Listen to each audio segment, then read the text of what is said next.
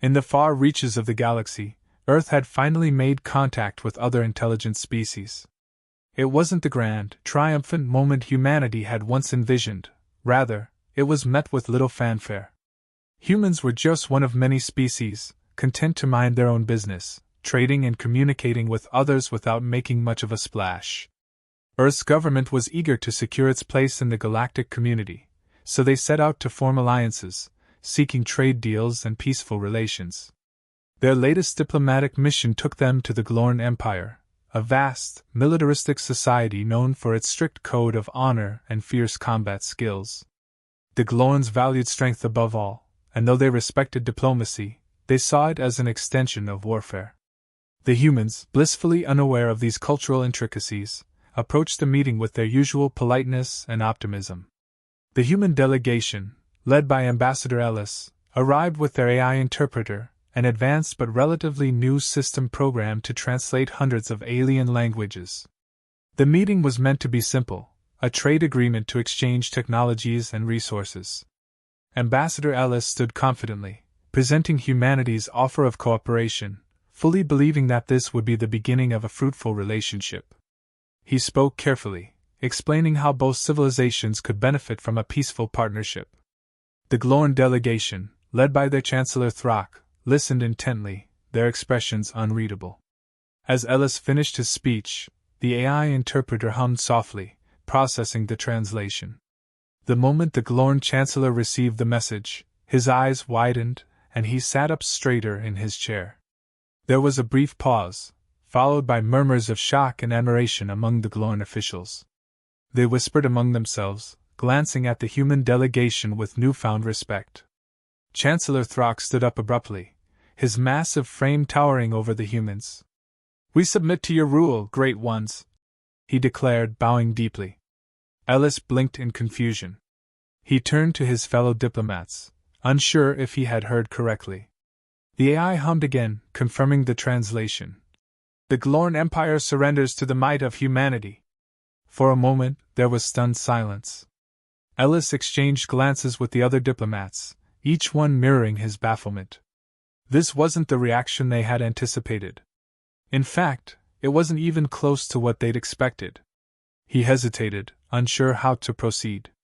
I think there's been a misunderstanding," Ellis began, but before he could finish, Throck raised a hand.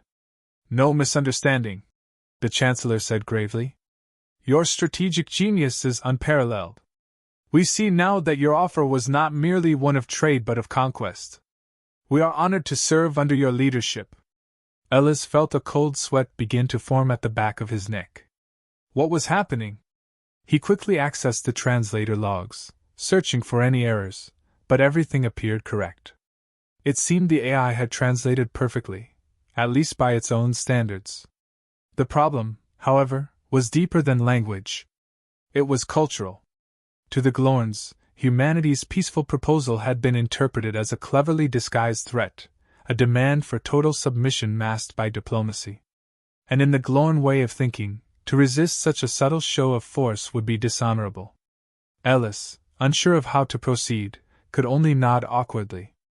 Thank you," he said, his voice tinged with uncertainty.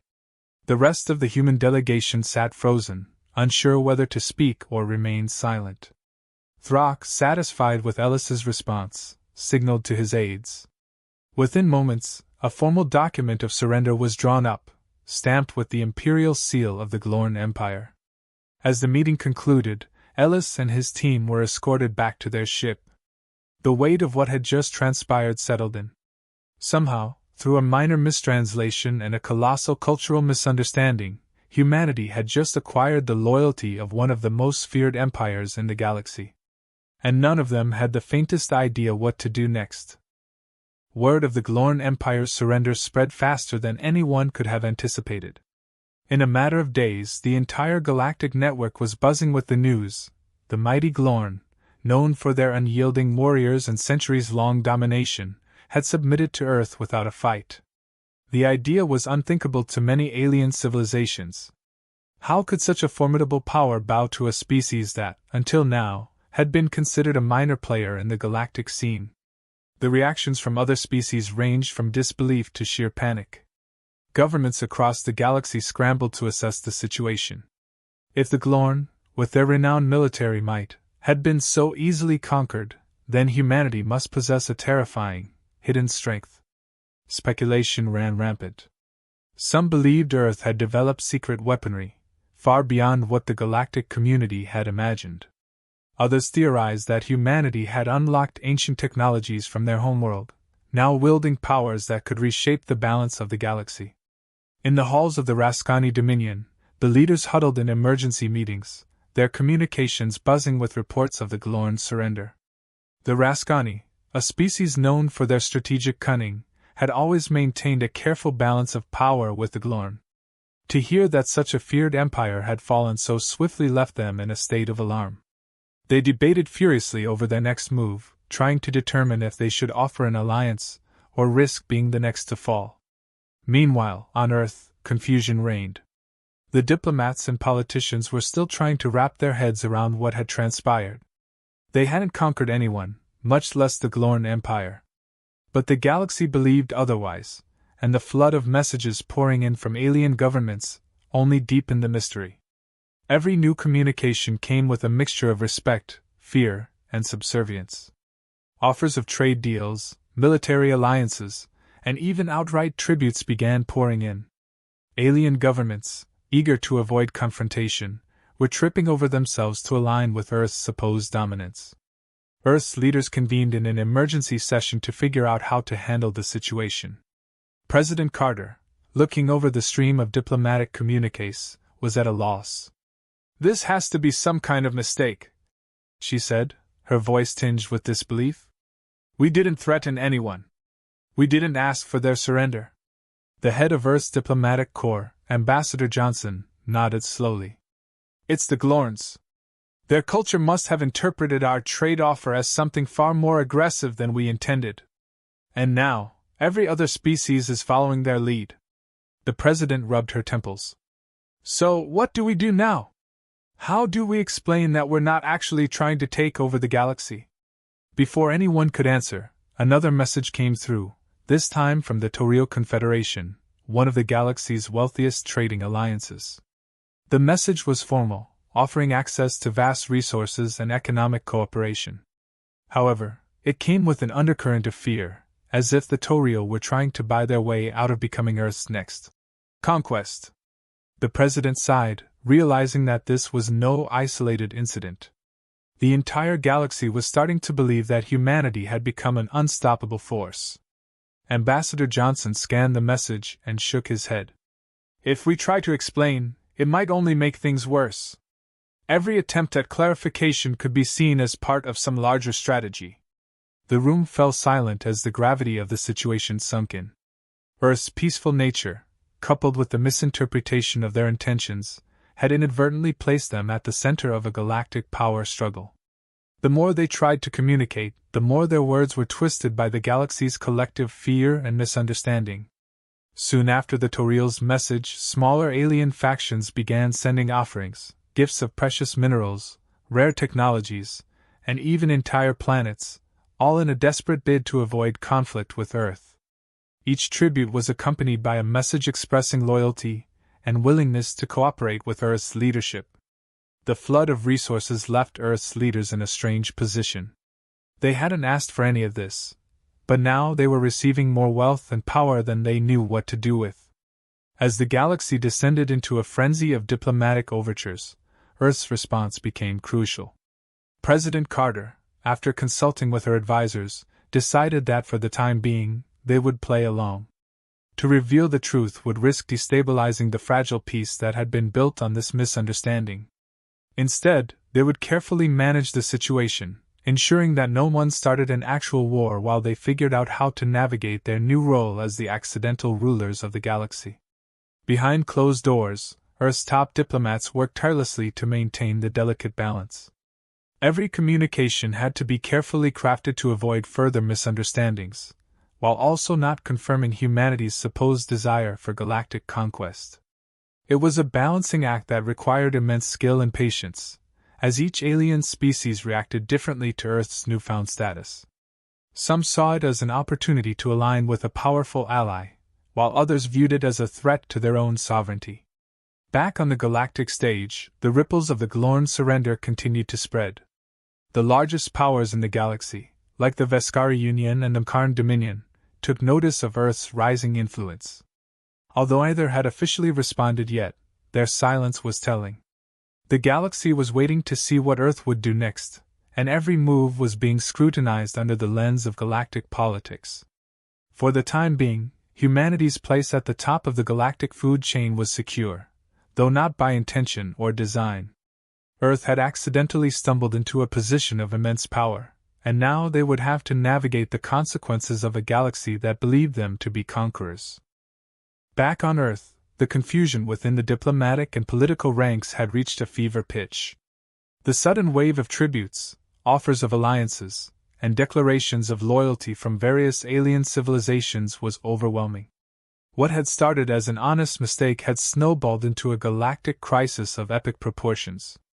Each new communication from alien species only deepened the misunderstanding. Earth's leadership found themselves thrust into a role they never anticipated, rulers of a galactic empire, all without lifting a finger. The bureaucracy was in chaos. Departments that had once focused on relatively simple trade agreements were now fielding complex negotiations involving entire planets and militaries.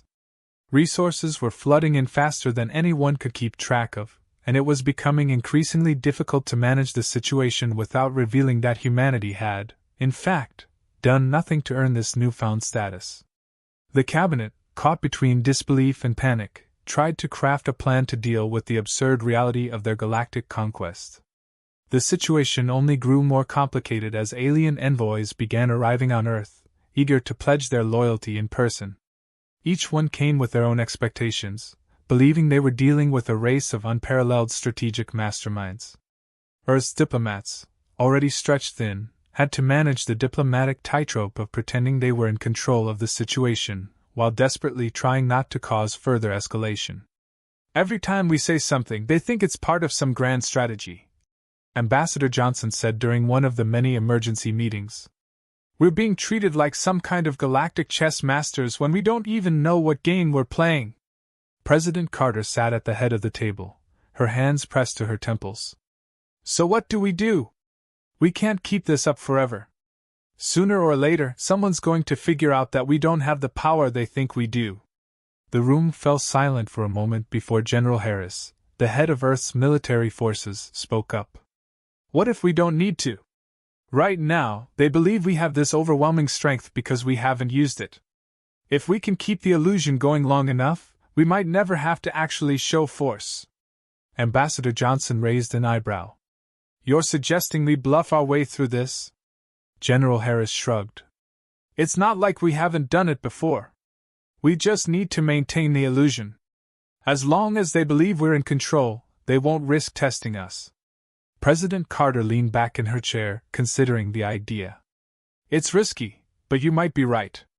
If we keep playing this carefully, we could avoid any actual conflict." And so, Earth's leaders reluctantly agreed to continue the charade. They would play the part of the cunning conquerors, all the while working behind the scenes to prevent the galaxy from discovering the truth. Messages were carefully crafted, every word weighed for its potential impact on alien governments. Diplomatic meetings were meticulously planned, with Earth's representatives coached on how to navigate the increasingly complex galactic politics. It was a game of perception, and for now, Earth was winning. But as the weeks went on, it became clear that the situation was spiraling further out of control. More and more alien species were coming forward, eager to align themselves with Earth. Some offered entire fleets, hoping to gain favor with their new rulers. Others, more paranoid, began arming themselves in preparation for what they believed to be an inevitable expansion of Earth's influence. In the midst of all this, Earth's intelligence agencies were working overtime to monitor the reactions of the galaxy's most powerful empires. The Veskari Union and the Mkarn Dominion, two of the largest powers in the galaxy, had remained quiet since the Glorn surrender. Their silence was unnerving, and Earth's leaders suspected they were carefully watching, waiting to see how things would unfold. If either of those empires decided to challenge Earth's new position, the charade could come crashing down in an instant. Despite the growing pressure, Earth's leaders continued to play their part. Each new communication was crafted with the utmost care, designed to project confidence and strength while maintaining the delicate balance that kept the galaxy in check. Behind the scenes, however, there was an increasing sense of unease. They were walking a tightrope, and one misstep could send the entire galaxy into chaos. President Carter, who had always believed in transparency and diplomacy, found herself struggling with the ethical implications of their deception. "We didn't ask for this," she said during one particularly tense meeting. "But now we're in it, and if we don't manage this carefully, we could be responsible for a galactic war." Ambassador Johnson nodded in agreement. "The problem is, the more we try to explain, the more they believe we're manipulating them. It's like we're stuck in this loop of misinterpretation, and every attempt to clarify just makes things worse." General Harris, ever the pragmatist, was more focused on the practicalities. "We need to be prepared for the possibility that someone will challenge us. If that happens, we have to be ready to respond." Earth's military was placed on high alert, though they knew that in reality, they stood little chance against the might of the galaxy's largest empires. The hope was that no one would call their bluff, that the galaxy's belief in Earth's power would be enough to keep the peace. Meanwhile, the human population began to take notice of their planet's sudden influx of resources and wealth. Media outlets buzzed with speculation, though the full truth of the situation was kept under wraps.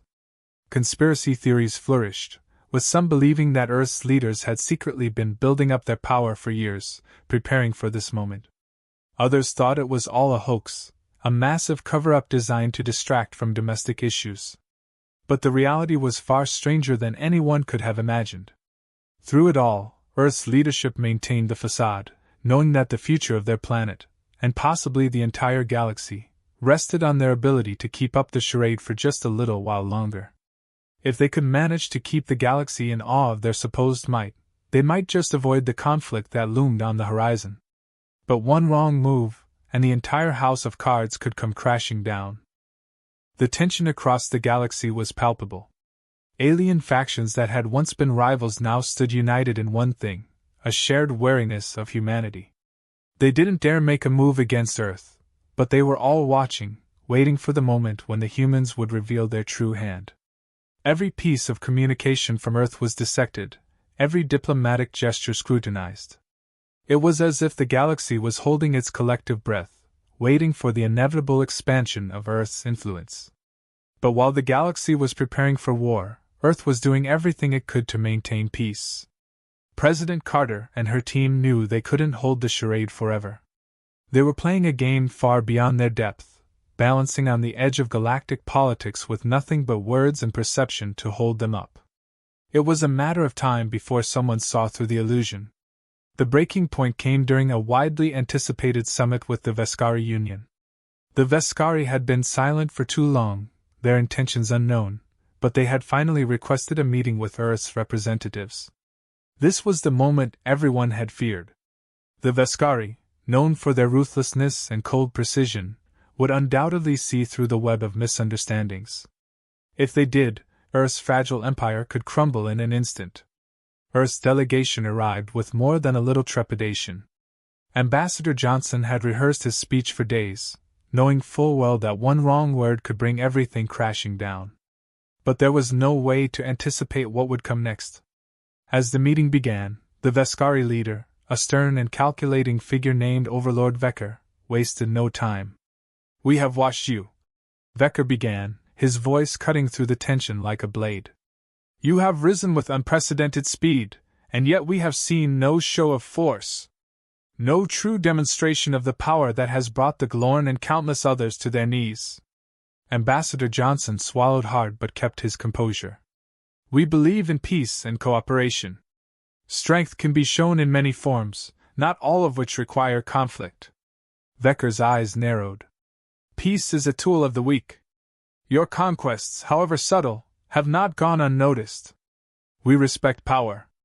Show us yours." The room fell into an uneasy silence. This was it, the moment of truth. Earth had no secret weapon, no hidden fleet to unveil. They had nothing but the mistaken perception of their strength. And now, that illusion was being tested. Ambassador Johnson took a deep breath. Our power lies in our ability to unite, to bring civilizations together without the need for destruction. That is our strength. Vecker leaned forward, studying Johnson's face with cold intensity. Words, he spat. Anyone can speak them. If you cannot show us the might you claim to have, then you are no better than the weaklings who grovel at your feet. For a moment, Johnson felt the weight of the galaxy on his shoulders. This was it, the tipping point. But before he could respond, an aide rushed into the room, handing Vecker a communication tablet. Vecker's expression shifted from anger to confusion as he read the message. Then, without a word, he stood and left the room. Earth's delegation was left in stunned silence. Had they been dismissed? Was this some kind of test? But moments later the answer came. The Veskari had just received word that the Karn Dominion, another galactic superpower, had formally aligned with Earth, offering its fleets and resources in a show of submission. The news was an accident, another misunderstanding like the one with the Glorn. The Karn, having misinterpreted Earth's recent diplomatic overtures, believed the Veskari were about to fall under Earth's sway and decided to act first, aligning themselves to avoid being the next target. Overlord Vecker, believing that Earth had orchestrated this masterstroke, did the only thing he could. He retreated. The Veskari were not fools, and they would not face both Earth and the Karn in open conflict. The galaxy had once again mistaken Earth's clumsy diplomacy for strategic genius. The bluff had held, and Earth was now stronger than ever, at least in the eyes of the galaxy.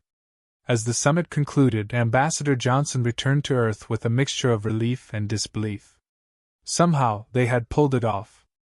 The Karn's accidental alliance had saved them, cementing their position as a galactic superpower without them having lifted a finger. But Johnson knew this couldn't last forever. They were walking on a knife's edge, and one day, the galaxy would see through the facade. Back on Earth, the government faced a new dilemma.